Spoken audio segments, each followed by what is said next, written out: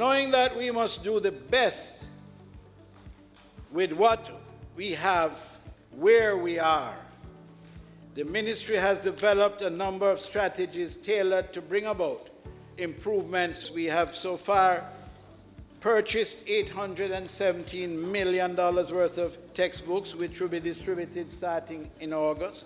The ministry has prepared a plan of action in dealing with the shift system. We are making provisions for breakfast to 70,000 of our most vulnerable students at the primary and early childhood level this year.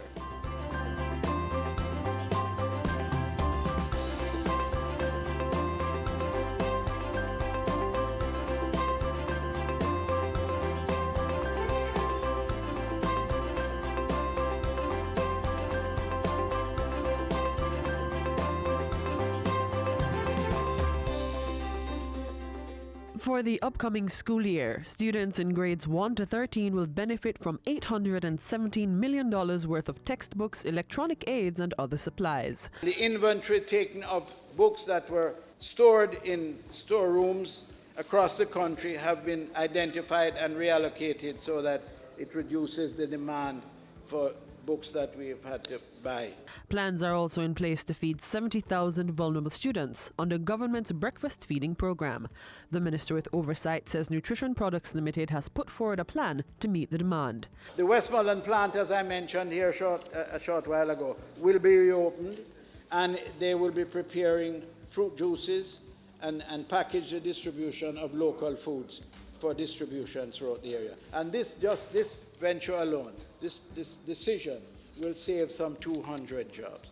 Government is also expanding the program and plans to serve meals earlier in the day. And we're also making efforts to ensure that the food that they are given each day start at 9 o'clock, as early as possible, rather than to wait until almost midday when they're already very hungry and not able to absorb learning. 37 schools are still operating under a shift system, but the Education Ministry wants to end all that by the year 2024. Already started this year are the following schools that are being attended to: the Cedric Titus High, the Exchange All-Age School, Mushet High, Albert Town High, Old Harbor High, and Friendship Primary. While some schools are being expanded, the ministry is also dedicating resources to repair damaged and worn furniture.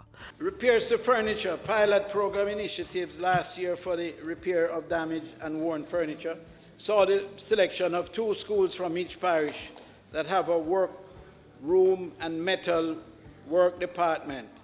These 28 schools are known as repairer schools. Each school is paired with a number of neighboring schools which have furnishing to be repaired, and is given just over $1.5 million per year to complete the repairs. This has saved us some $9 million by doing it this way, and it is expected that this will continue. More special education teachers will also be recruited by government this year to meet the growing needs of students with special needs. $1.2 billion was also allocated to the Special Education Unit, which makes special provisions for students with various physical and learning impairments. The Special Education Unit operates a Braille and large print program which reproduces print material for persons who are blind or visually impaired, which is an enormously important program. Large print services are also available for students who have deficiencies in vision in regular schools. Government has also opened 2 diagnostic centers which assist in diagnosing students with special needs and providing short-term intervention. Also on the agenda for the Education Ministry is offering support to students who underperformed in the first sitting of the Primary Exit Profile PEP. Upon entering high school, the students on pathway 2 and 3, which is the areas of greatest concern to us, are assigned to pathway coaches in literacy, mathematics, depending on what the assessment reveals. The coaches will require and provide the adequate support in the targeted areas to help students live up to their true God-given potential. Approximately 34% of the students who sat PEP were proficient or highly proficient in all subjects, while close to 50% showed limited or no evidence of the required competence. Minister Samuda also mentioned that by September, there will be close to 100 math coaches across all regions and 20 literacy specialists to further improve the students' academic performance.